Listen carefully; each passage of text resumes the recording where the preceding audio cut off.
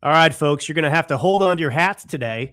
It's one of those really busy news days. There were 20 stories that I want to talk about that are important, but I've only got time for about 5. I'm going to weave in as many as I can here.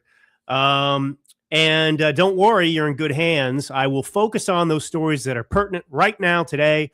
And there are other stories regarding Jack Smith and others that I will get to next week. So don't worry, I will keep you abreast. I am, of course, the Millennial Minister of Truth. Now, first, I want to focus on this Davos, Switzerland, World Economic Forum meeting of the great minds that, was just underway. And I want to open by just saying this, an observation. Trump is just such a force of nature. He is the ultimate alpha male. It is unbelievable. I've never seen anything like it. This human being just dominates every space that he enters, and he absolutely dominated in Davos. And it was so refreshing to watch because what you had was a courageous America First representative in Trump and his administration who put the globalists in their place. You have to remember what the World Economic Forum is all about. Its existence is to promote globalist ideals. And globalism is anti-American. It is an underlying belief. I mean, it's global socialism is what globalism really comes down to. It is about redistributing the wealth and the innovation from the United States of America and Americans to the rest of the world.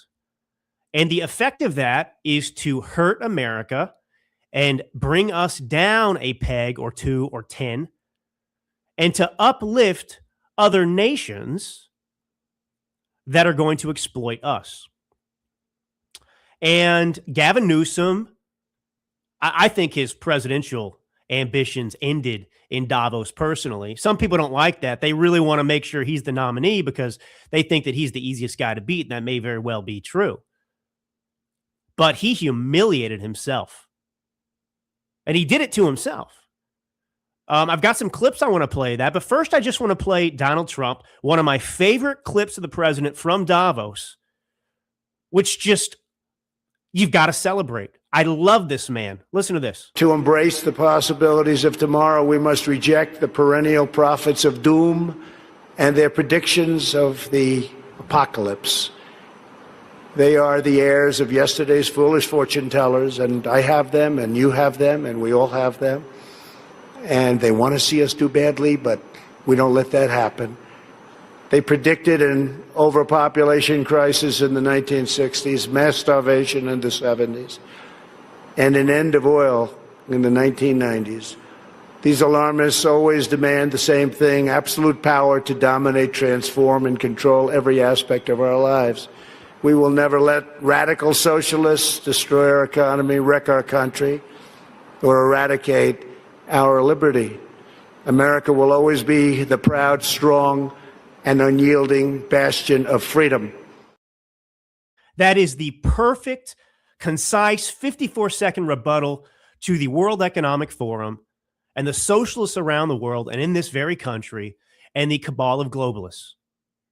They are batting 0 for 1,000 on their predictions, and they used, these so-called energy crises. They used, the climate prediction, the climate hoax, and all of it was about taking power, undermining the citizen, and making us subservient to the government. It was about government control of our lives. And they have abandoned the climate change hoax altogether completely now. And that was on display a lot too, although I'm not going to get into those clips.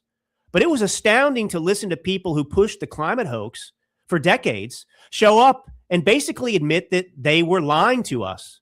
Oh, yeah, we can't. It was the things that we've been saying forever. We need energy. We need electricity. We need these things. And we are not affecting the climate. And now they're acknowledging it. And this is what I don't understand if you're a Democrat out there. Just like the COVID hysteria. You bought into a complete lie. You are willing to give away all of your rights because the Democrats told you to. They lied to you and me about everything, about the efficacy of the vaccines, about the threat of COVID itself to your health. We were all going to die, and it was the flu. And all of that turned out to be true. That is to say, what I was saying at the time and attacked for, what many of you were saying and were attacked for and lost friendships, and family relationships were strained over it. You were right. And they've all admitted it. But the Democrats and the voters out there still support these people who lied to them forever. It's astounding. Now, let's get into Gavin Newsom. Now, before I play these clips of Gavin Newsom, I just want to explain something because I live in the state of California, and people who don't live here cannot understand what a disaster it is. My electric bill, gas electric combined with PGE, they have an unholy alliance with the state, a monopoly. My gas electric bill, this previous billing cycle for a month, was $1,500. My father, who lives in Texas, who has a house that's twice the size of mine here in California, doesn't spend more than $300 if he keeps the heater on 24/7. I've got a, 2,000 roughly square foot house, and I'm paying $1,500 a month for my gas electric bill. And why is that? Why is California's gas and electric prices and gasoline prices, why are they the highest in the country? Because of their policies.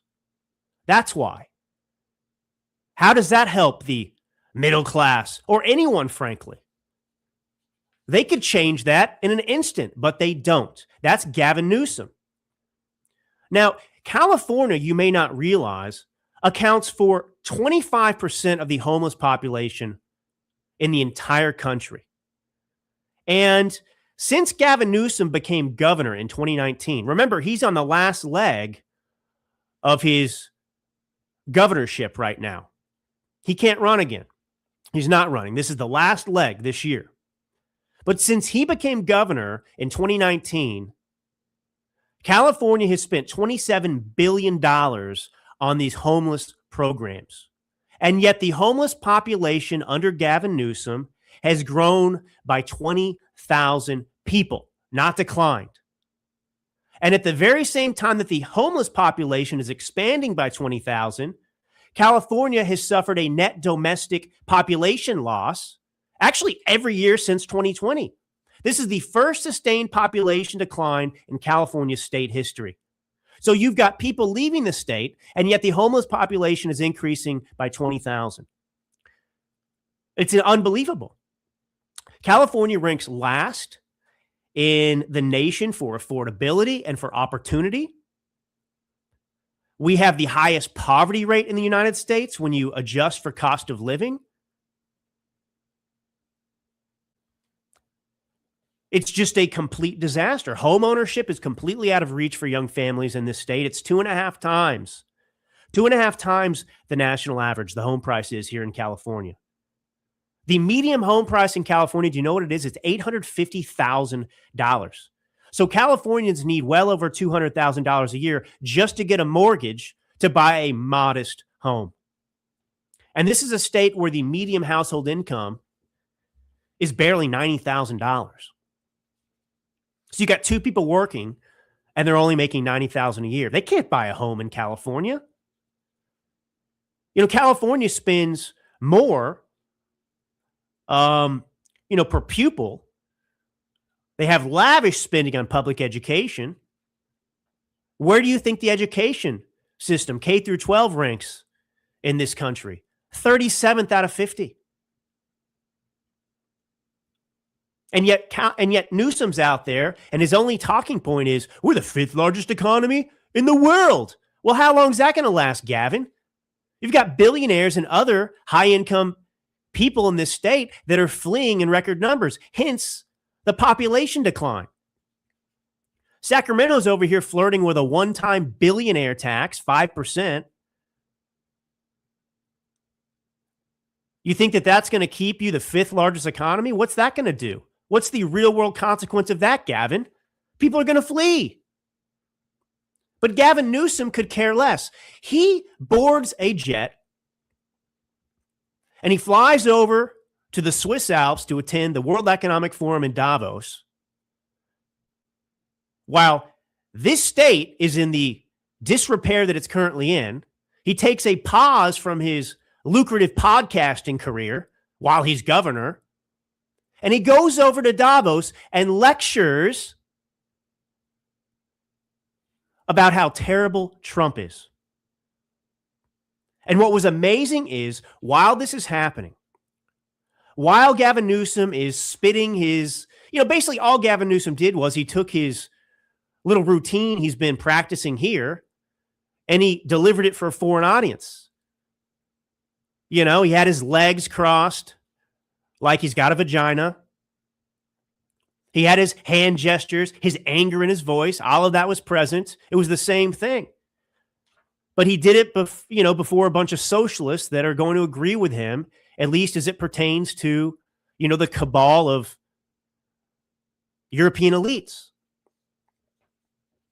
But I do want to play a few of these clips from him, and then I want to address them because it's over for Gavin Newsom. Let's start with this one.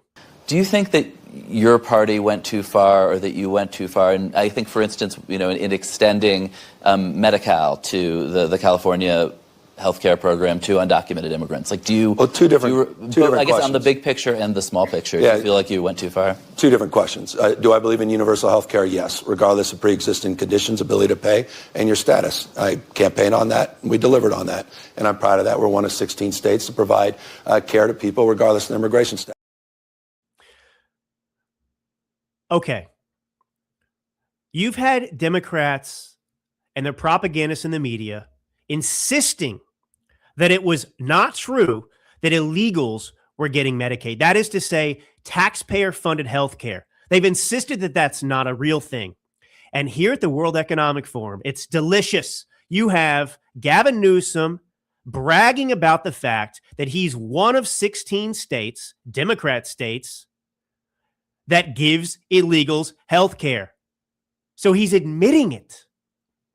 Now let's play another clip. It's a remarkable thing to break down 80 plus years of alliances. It takes decades and decades to build trust in organizations, to architecture of that. It takes weeks, tweets, hours, minutes sometimes to destroy it. Destruction is not strength. The Trump administration is weakness masquerading as strength. And people need to understand that. This guy should look in the mirror. This guy, Gavin Newsom, who I just gave you all the statistics, who has single-handedly destroyed what was once the most prosperous state in the entire country, the golden state of California, he's over there and has the audacity to accuse Donald Trump of destroying anything. And now he's focused there on the NATO relationship. And it's fundamentally not true. Prior to Trump, most NATO allies, they couldn't even meet the 2% defense spending benchmark. They couldn't even meet the 2%. Trump came in and said, no, you're going to meet your obligations. And what happened? Defense spending surged by billions of dollars. And as a matter of fact, many of these NATO allies have since agreed to contribute to spending levels that are around 5% of their GDP. So how exactly does Gavin Newsom arrive at the conclusion that Donald Trump has destroyed NATO by getting them to contribute billions more? Huh? He doesn't live in reality. But what are you going to do if you're Gavin Newsom and you have a record that you cannot possibly run on because your record is one of abject failure? So he's got to create a straw man. He's got to go on the attack against Trump and hope that people are too stupid to know that he's lying. Trump didn't destroy the NATO alliance. He restored its credibility by ending decades of European parasitic action, where there were a bunch of freeloaders, and he's demanding accountability now. Gavin Newsom is the one who's weak. He can't go over there and even stand up for America. He needs to put on those knee pads he's selling for himself. And actually, he did probably put on those knee pads hanging out with the Soros kid that I'll play in a minute. That dude, it's unbelievable. Billionaire's son. And the guy is dumber than Kamala Harris. You thought you heard a word salad with Kamala Harris speaking? Wait till I play this clip of the little Soros rat. Let's see if I've got one more here. So I respect what Carney did because he had courage of convictions. He stood up. And I think we need to stand up in America and call this out with clarity. We can lose our republic as we know it. Our country can become unrecognizable in a matter of months, just not years. It is code red, blinking red in the United States of America. So forgive me, I feel this with passion, some indignancy, as someone frankly has taken it for granted all of these years. And it's why I came here to Davos to call it out. And so, yeah, he goes to Davos to attack America and rip Trump. And this is what's so astounding. You know, these people deeply hate America. Even if you have disagreements with Trump and we've got a two-party system and it's always heated and everything else, you're still an American. And the idea that these American politicians that are Democrats not only feel comfortable, but are eager to go on the world stage and bash America in front of a European audience shows how deep their betrayal runs. You just don't do that. You don't go to Europe and trash your country, no matter who the president is. And there he's commending Carney, the PM or president, whatever he is, of Canada, who just came out recently. And it was an expression of something that's been boiling there beneath the surface for a long time. But he basically said he's going to cozy up to the Chinese, which they've already been doing, but he said it very publicly. China is our enemy, and China, frankly, is the world's enemy. And the other thing that's amazing is you don't hear these globalists ever say an ill word about China. They're over there trashing America, trashing Trump, calling him a fascist, saying democracy's in peril because of Trump, all of these things. It's a dictatorship, whatever. Meanwhile, you have an actual dictatorship in China who puts millions of Muslims in work camps and prisons, who disappears people on a daily basis if they simply speak out against the government, the communist regime. That's a dictatorship, but these people are going to embrace China and sit here and bash America. What does that tell you about these people? It tells you that they are loyal to these dictatorships. Their whole Trump's a fascist, we have fascism at home, it's a shtick. They don't believe it. They know it's not true. But they seek to benefit from their relationship with China because they're corrupt. And I'm sorry, your opinions about Donald Trump and his administration and America right now are rendered completely null and void if you won't even speak close to that about an actual communist dictatorship in the form of China. You have no room to speak, and there's no reason we should even listen to your opinion. It is rendered invalid.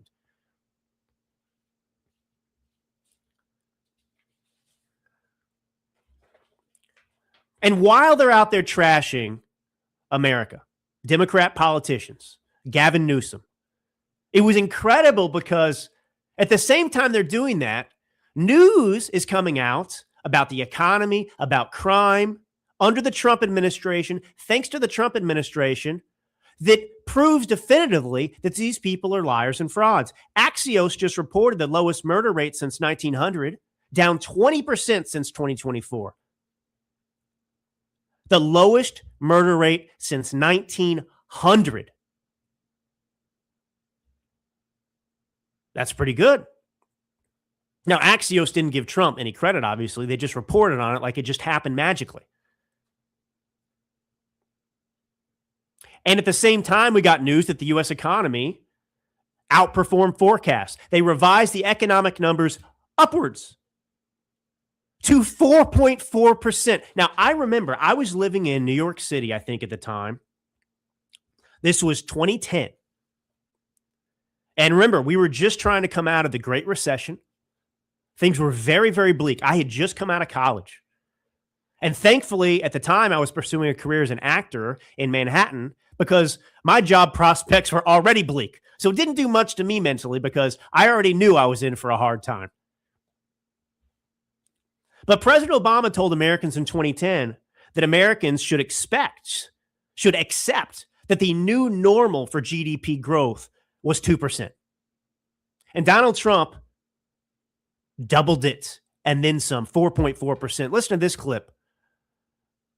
I want to add that we economists were horribly wrong on the strength of the economy, especially in the second half of 2025. You know, many were looking for growth no faster than 1.5%. You point out 4.3% growth in the third quarter. We want to also consider the fact that real consumer spending at 3.5% was far better than what you would expect. I mean, it's good news in the real world almost everywhere you look, except where Democrats have control. And Gavin Newsom's one of those people that has vowed to Trump-proof his state. What is Trump-proofing your state? Who would want to Trump-proof your state? That is synonymous with sabotaging a state's success. That means insulating California from falling crime, from rising wages and energy abundance, and border enforcement and economic growth. That's what Trump-proofing a state means. He's going to run on that. Why do these Democrat politicians, ask yourself this question, amidst all this good news, and it's objectively good news, you can't debate it because it's statistical. Why would Democrats not want every American to live under that sort of prosperity? Why would they want to shield you from opportunity? Why would they want to look at these statistics about falling crime and say, no, no, no, no, no. We want you to experience life with increasing crime. The economy's improving. No, we're going to Trump-proof it. You're not going to have access to that. We're going to make it harder for you. Why would they do that? I'll tell you why. Because their entire shtick since 2016 has been a complete and utter lie.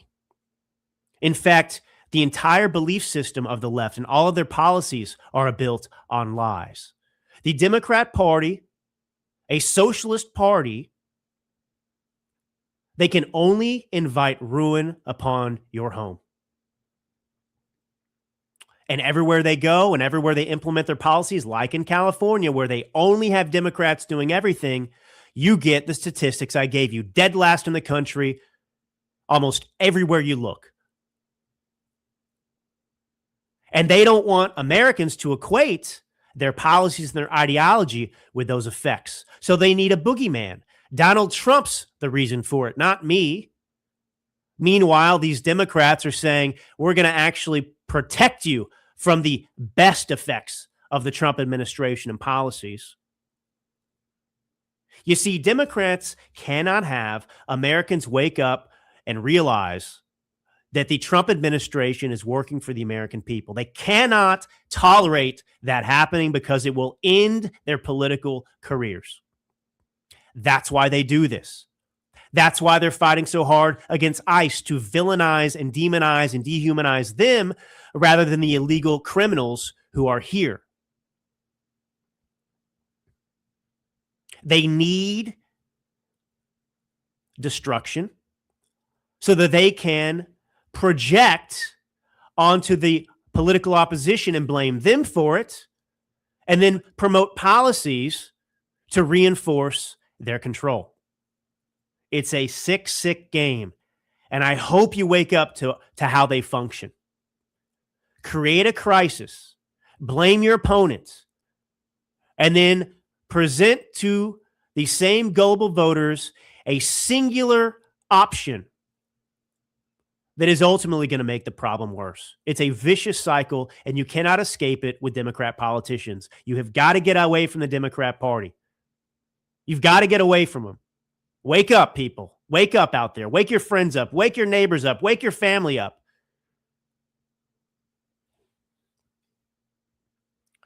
So that's what happened at Davos. I want to play one more clip because it's just funny. Scott Bessent, I appreciate his sense of humor. Listen to him rip Gavin Newsom, Mr.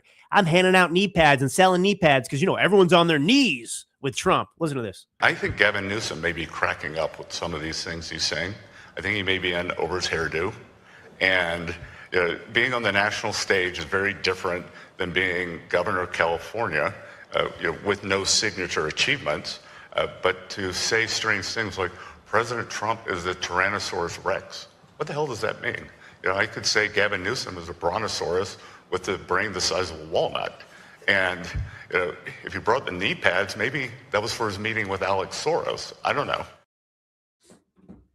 There you have it. Look, I will save making fun of little Alex Soros for the end of the show. We got a crank here because I got some stuff I want to get through, right? I want to talk about this latest Democrat hoax against ICE, and I'll do that in just a second, okay? What do 3 billionaires, 4 major banks, and a legendary 72-year-old investor all have in common? They're all making the same shocking prediction. Gold is headed for $10,000 or more. Goldman Sachs says gold will surge 20%. JP Morgan says 25%. And one respected economist now believes the U.S. government could deliberately raise gold's official price to help pay off the national debt. And the world's wealthiest players, they're already making their move. Now you can see exactly what they're seeing for free. Our friends at American Alternative Assets, they just released a powerful new report. You've heard me mention it before on the show. It's the surprising case for $10,000 gold, and you can get it for free. Go to cloutgold.com to download it, or you can call 855-803-GOLD. That's cloutgold.com or 855-803-GOLD. It breaks down the hidden signals, the central bank gold buying spree, and explains how smart Americans are protecting their retirement with gold right now. Don't wait. The window's closing fast. So, I mean, it's impossible if you were spending any time watching the news or online that you wouldn't have encountered this horrific story told by the Democrats about how a young 5-year-old boy was, snatched out of the street and detained in Minneapolis. Now, what actually happened here? I don't have the image of, the Democrats promoting this. But, they painted it as, ICE, of course, are these monsters, and they called them monsters who are, just going after, it's like the invasion of the child snatchers or something. Isn't that what that UFO extraterrestrial movie was called a long time ago? Anyway, that's what they were spinning. And of course, it turns out that narrative is completely false. ICE agents showed up in Minneapolis. It's the dead of winter. There's ice and snow. It's freezing.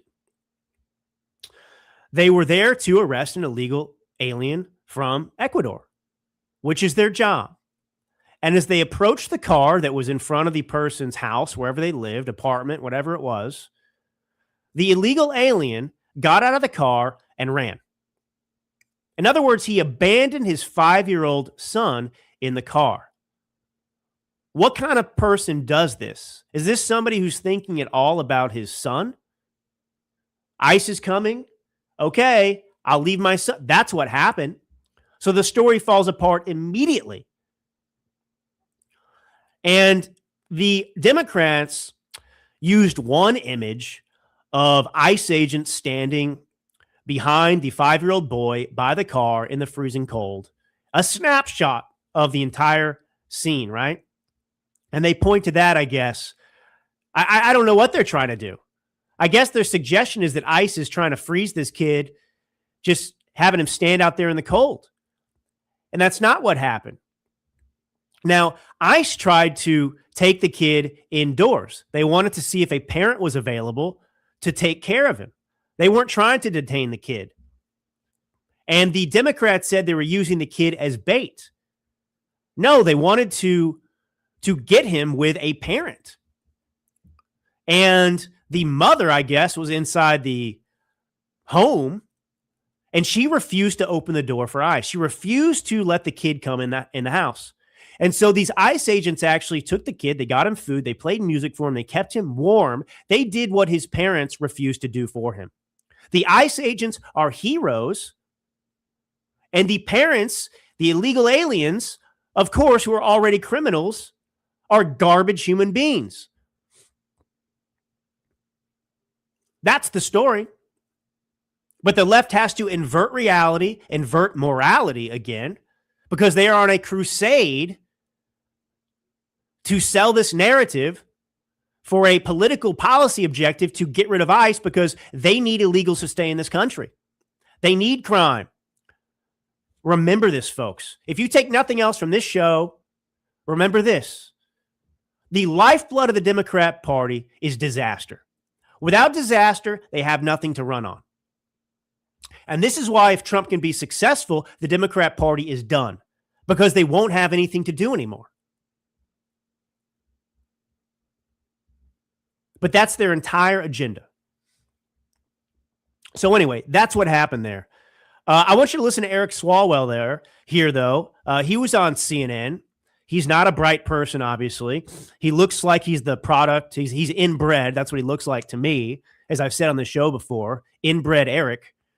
But listen to him talk about ICE and what he would do as governor of California. What I've said as governor is I will use the powers of the office. If you're going to wear a mask as an ICE agent in your state, I will take away your driver's license. If you work for ICE, you will be unhirable in the state. If you're going to work for fascists, forget about working in the state. So we are not weak. We have to go on offense. Otherwise, the most vulnerable in our communities are on defense. And I urge every governor to start protecting their people in their state that way.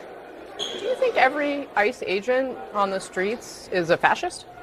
I think that if you continue to work for them now, seeing what they're doing, dragging women by their hair through the streets, deporting a 4-year-old, battling stage 4 cancer, shooting a mother in the face 3 times, if you still work for them, that's a choice. No one's forcing you to do that. I don't want you working in the state. So he didn't say a truthful word there at all, except for the fact that he's a fascist who would treat federal employees like Jews in Nazi Germany. That's the fascist, Eric Swalwell. He's talking about Renee Good, of course, there, shot in the face 3 times. Yeah, well, we know all about Renee Good. And by the way, there was something I didn't get into, but now it's coming up. I wanted to get into this like several shows ago. I want you to know this about Renee Good. So she decided to become a lesbian and moved to Minneapolis after her husband died. So husband died. She's like, well, you know what? I'm going to become a lesbian. That sounds like a good life strategy. So Renee Good moves to Minneapolis. She puts her son in a social justice K-5 charter school. They use radical curriculum. The Bush Foundation, they had given 11 grants totaling $2.5 million to this curriculum, Education Evolving, it's called. They also funded ICE Watch networks via COPAL, C-O-P-A-L. And then Renee Good gets recruited through this Southside charter school where she put her son into these ICE Watch networks. And then she got killed after activation by these ICE Watch networks. And by the way, he talks about this 4-year-old kid who had cancer that we were deported. No, the kid went with his parents. His parents took him back with them to wherever they came from. Would he prefer that the kid be separated from his parents? I thought that this is what the Democrats were opposed to. You can't separate the children from their parents. Well, we didn't. They allowed this child to go with the parents who were being deported. And why is it suddenly that simply being a father or being a mother, having a son, does that mean that you can violate the law because you have a kid? I mean, imagine if that was how things worked out here, right? Oh, nope. I robbed a bank, but listen to me. I have a kid, and you cannot put me in prison because my kid needs me. Oh, you're an illegal criminal gangbanger, but you got a kid, so, you got to take care of your family and sell drugs. We understand that.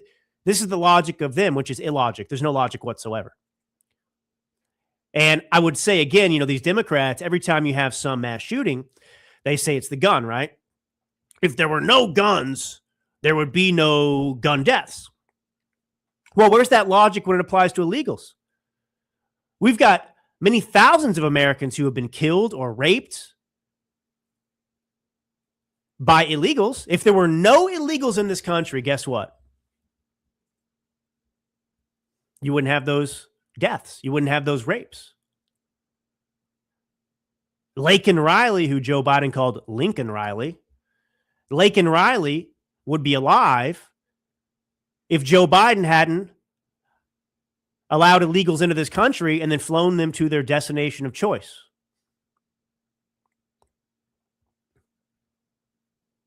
Kate Steinle, remember her?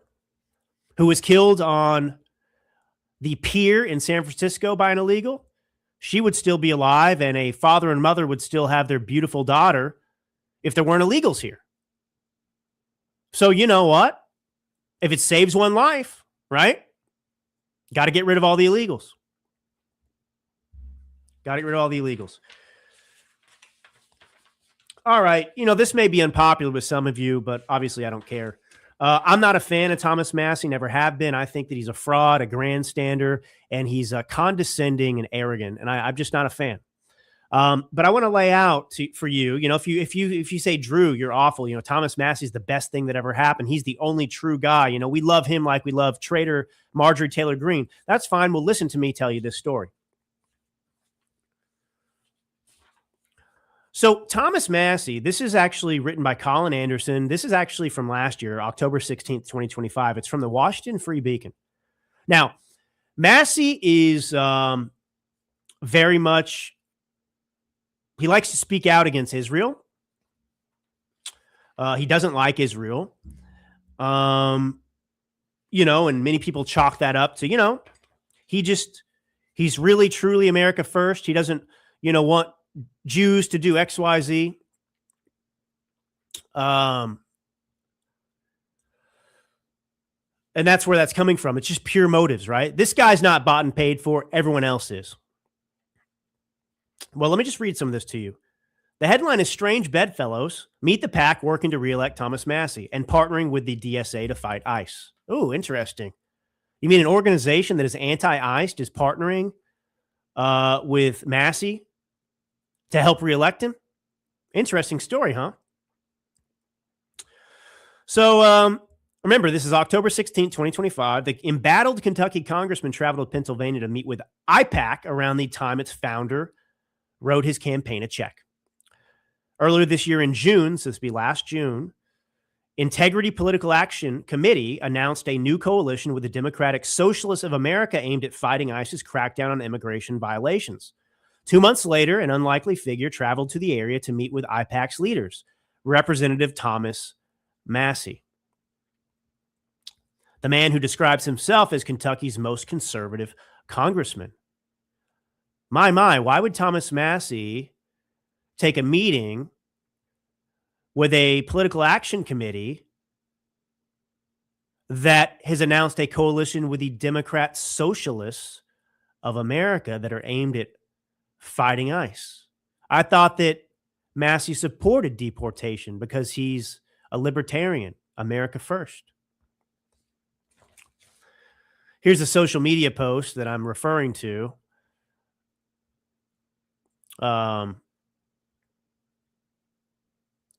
So this shows Massie smiling alongside IPAC chairman Rafed Al-Jabouri in what appears to be a private home in Dunmore, Pennsylvania, a Scranton suburb. 1 week earlier, Al-Jabouri contributed $500 to Massie's campaign, according to campaign finance disclosure. Al-Jabouri spoke at the press conference where IPAC launched its partnership with the DSA and compared ICE agents to Nazis. I mean, I thought we held politicians, and Massie certainly holds politicians to a higher standard. Why would he be shown smiling? Why would he be willing to meet with somebody who has compared ICE agents to Nazis, who's aligned with the Democrat Socialists of America? Now, Massie has said if you enter this country illegally, you broke the law and you should be deported. But IPAC says it stands with Representative says it stands with Representative Thomas Massie and supports his reelection campaign. That's kind of an odd combination, don't you think? Massie says he supports ICE and deportations. IPAC compares ICE to Nazis and is aligned with the Democrat socialist in America. And they're supporting Thomas Massie? What's going on here? And Massie, of course, told the Washington Free Beacon that he's not familiar with the Integrity Political Action Committee or its position on immigration. That's kind of odd. You're going to meet with the founder of this thing and you didn't do any research into him. Are you lazy, Thomas Massie? It's kind of a big deal. At the event, Massie said, I said what I've said publicly, which is that I'm against the war in Gaza. America should not fund the war. Too many innocent people have died. And I would like to see a peaceful settlement to the conflict as soon as possible. You know, folks, I'm just going to be honest with you. It's fine if you have disagreements with Israel out there. But, you know, I don't think I need to explain it. You know, there's a big difference with disagreeing with Israel on policy, just like you might disagree with Trump on some policy, and being a Trump hater with TDS and an anti-Semite. I don't need to spell it out for you. You know where you are on that. And so a lot of this anti-Israel rhetoric, I don't think is grounded in the simple disagreement about policies and America first. Because it is America first, as we saw in Venezuela, to take certain actions outside of our country that are in our best interest. And so I question, with this relationship that we see here with Massie, the authenticity of his motivations. And you should too. All right, now we got to crank. I'm running out of time. I mean, it gets worse. You know, you can go check out this article, Strange Bedfellows, look it up. I mean, the people that this PAC that is supporting Massie is involved with are straight up anti-Semites. They're Holocaust deniers, or worse, they're pro-Jewish genocide. You know, Jackson Hinkle's one person that this group frequently reposts, who's a self-described communist who's met with Houthi terrorists in Yemen and attended the funeral of former Hezbollah leader Hassan Nasrallah in Lebanon. So anyway, all right, let's just get into, I don't think I'm going to have time to get into the FCC. We'll see. This is important, I think. So the House advanced a $1.2 trillion package with ICE funding. And, you know, this is just an example of messy politics. Thomas Massie is going to enter the story here. That's why I gave you the background on him. Now, this legislation just narrowly passed. It cleared a procedural hurdle called a rule vote. You know, we don't need to get into a deep explanation. You know, it's complex how the chambers function. Now, one of the big hurdles was there's a GOP rebellion over immigration and customs enforcement funding and ethanol fuel. And this is going to fund the Departments of War, Education, Labor and Health and Human Services. And another one's going to fund the Department of Homeland Security. So this includes the funding for ICE, which obviously is significant right now. All the left wants is to dismantle ICE, so it's really important that we put our foot down and fund ICE. And also, the majority of Americans support deportation, and we need to fund it. I support funding it. And frankly, the money's well spent because the money we would save if we deported the 20 million plus illegals in this country, that's how you make a dent.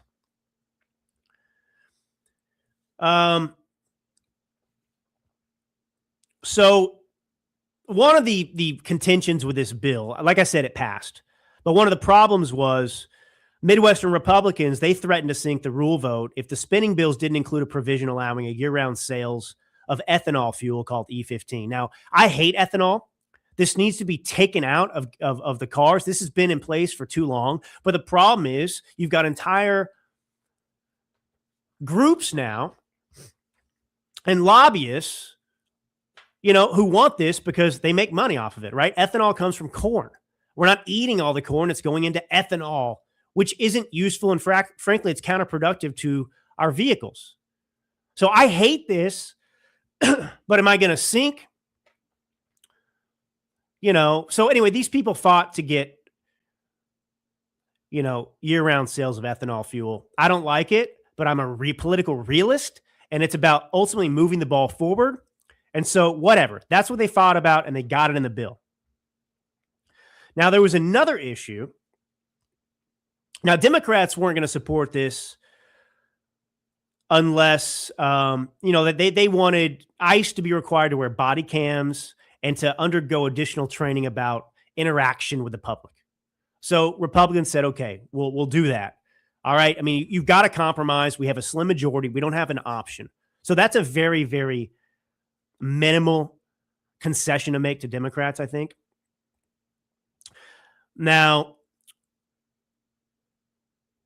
here's what was contentious for a lot of people. And this is where I think a lot of you will be conflicted and fired up. 57 Republicans voted with the vast majority of Democrats on Thursday to keep a Biden-era mandate enabling government remote control of vehicles, drawing backlash. Massie put forward an amendment to counter language under current law that requires the development of the kill switch technology. Now, yes, I agree this is Orwellian. I agree it's outrageous that the government could have the possibility of accessing your vehicle to turn it off. Absolutely not. I'm sorry. It's not worth giving that up. Our freedom, you know what I mean? Well, what if somebody's, a terrorist and they're in the car running away? We should be able to. No. Sorry. There's certain prices we just have to pay, inconveniences, the hard way we have to pursue things for our freedom. So this is outrageous that this ever existed to begin with. So this switch would passively monitor the performance of a driver of a motor vehicle and prevent or limit motor vehicle operation if impairment is detected. So it's about DUIs, drunk drivers, allegedly, right? Well, if we see someone's drunk, we can shut that vehicle down to save a life. And it's always, for the greater good that they take your liberty. Now, this has not been implemented. There's no way this is going to be implemented, even if it's a holdover from the Biden-era auto pin regime. So Massie voted against this because he wanted that amendment in there to strip this, and it just wasn't going to happen. And this is where you have to be a realist. My problem with Massie is that he isn't a realist. He's a guy who can never, ever get anything done because he's a purist, and no one's ever going to pass a purity test. You cannot get anything done when you're unwilling to make any concessions anywhere. But you can still win despite being a realist. So let me give you an example. Massie could vote for this despite this kill switch not being taken out now because he knows that the Trump administration is not going to activate it. And there are still other bills that can be passed in the future. This was about one thing only, and it was about funding ICE. It was about funding ICE. And funding ICE is more important right now than getting rid of this kill switch language. It's not developed yet. And it could only happen if Democrats were in office. And they're not right now. Trump's still in there for another 3 years. So this is the thing with Massie. He claims to be this brilliant, intelligent person, but he's stupid. Can you not prioritize? So if Massie doesn't get 100% of what he wants all the time, he's going to vote against stuff. That's not leadership, folks. I'm sorry. That's not leadership. And so Thomas Massie is no different than the radical leftist ideologues who are destroying the Democrat Party, which I support wholeheartedly. But he's as radical as they are in his own way. Now, in this case, I agree with Massie. I don't like this switch. I think it is Orwellian. DeSantis spoke out about it. But what's more important right now? Funding ICE or dealing with this now? This is the thing. This guy can't prioritize. He can't think clearly. And I don't like Massie for that reason. Now, I was going to get in the FEC. Let me just give you like a 90-second summary about this FCC, Federal Communications Commission. Now, this goes back to, look, we know that the media is just they're evil. They're evil. They are propagandists for the Democrat Party, and all they do is tell lies every single day. Now, these broadcasters, there is regulatory guidance that already exists. But Brendan Carr is finally taking the fight to these people. Now, look, the Democrats' rhetoric is getting people killed. I wrote about it in my book, For Christ and Country, The Martyrdom of Charlie Kirk. They dehumanize us. And that combined with the fact that they are radicalizing amoral people in this country with an ideology that makes themselves God, that answers to no transcendent power, that believes that the ends justifies the means, that can create a scenario in this very country where leftists are celebrating the assassination of Charlie Kirk, a husband and father and a decent human being, a leader of the conservative movement. The left is doing that. They're responsible for that. And they don't change their rhetoric. And that's why it's important that we address that issue. And it's in my book. And I wrote that book to give fuel to what Brendan Carr is suggesting now. So get this book, read this book, share this book. Brendan Carr is right. And I wrote about Brendan Carr in my book. And I wanted him to do this very thing. Brendan Carr did not read this book. And he's not doing it because of me. But he is directing broadcast stations to ensure that political candidates are given equal opportunities on programs such as morning shows and late night comedy. So, there's this long-standing assumption that these shows automatically qualifies these bona fide news programs. They're not. And he has the authority to do this. And we can't fear how the left is going to abuse power. This isn't abuse of power. These are desperate times. We know what the left's going to do if they win. You can't live your life and make your decisions strategically based on fear that the left. We know what the left is already playing in a different world. They don't have any restrictions. So the FCC simply reminded them of their obligation to provide all candidates with equal opportunities. So he cited The View as an example of a show that could face scrutiny. And conservative attorney Daniel Sewer, who heads the Center for American Rights and has supported Carr's agenda, praised the move, said it could apply broadly to late night television. I mean, Jimmy Kimmel used his show to go out after Charlie Kirk's assassination and claim that a MAGA person shot Charlie Kirk. You can't do that. And if you look at the FCC guidelines, or just read my book and I'll explain it in there, For Christ and Country, The Martyrdom of Charlie Kirk. There are existing guidelines, requirements that actually prohibit Jimmy Kimmel from doing what he did on that late night show. There was an ongoing investigation, and you cannot go out and tell falsehoods. And that's what he did. But obviously there's resistance because, the First Amendment and the purity test. And, we don't want to go down this road, but, we've got to go down some different roads right now to save the country. So anyway, this is what's going on with the FCC. Now, let's just finish up by having a good old-fashioned laugh at Alex Soros, who thinks that the size of his glasses is somehow directly related to his intelligence. Listen to him. I don't think that's the fundamental. I don't think the technology is the fundamental issue in democracy. Democracy is messy. I mean, democracy is about contestation of ideas. It's about plurality. It's about people having different truths, actually. Now, fundamentally, how society lives together civically in those contestations is obviously quite tricky. But I think that if we play to it's obviously quite it's this thing that it's a tricky policy. Civics goes together like mishmash and mashed potatoes and steak, and if you combine the technical stuff, you understand what exactly.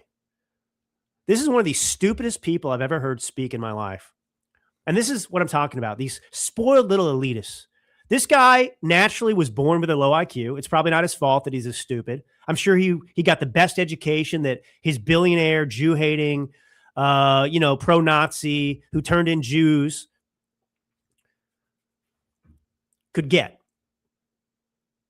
But this is what you have. Spoiled little brat, billionaire, never earned anything, who doesn't have a coherent thought coursing through his veins and brain. And that's how he speaks. And these are the people that are plotting behind the scenes to destroy your country and your life. That kid right there. I want you to think hard about that. That guy you just heard, he has more power than almost any human being in this country. That little puke. And you can apply that to most of your politicians out there. Look at Joe Biden. Look at the people that were running this country. The people that are still running this country in some ways. That's who's doing it. Does that make you feel good? Honestly, that should encourage you. Encourage you because you are being ruled by your inferiors most of the time. So you should get involved and do some stuff. You should get involved in politics. You should put your hat in the ring. You should seek out ways to advance our pro-American liberty agenda. Because that dude's going to do it if you don't. And he's way more retarded than any of you or me. All right, folks. I love you all. This is Drew Allen, your Millennial Minister of Truth. Share this episode far and wide. Do me a favor. I never ask favors. I need this favor. If you find the Drew Allen Show, if you're listening on Spotify or Apple, review the show. Give it a 1-star review. No, it's not 1. Give it a 5-star review. Review the show. I never asked to do that, but it matters, and I haven't done it in a long time. So anyway, do that. Check out the book For Christ and Country, the Martyrdom of Charlie Kirk, and I will be with you soon. God bless you all. Have a tremendous weekend. Can't wait till next time.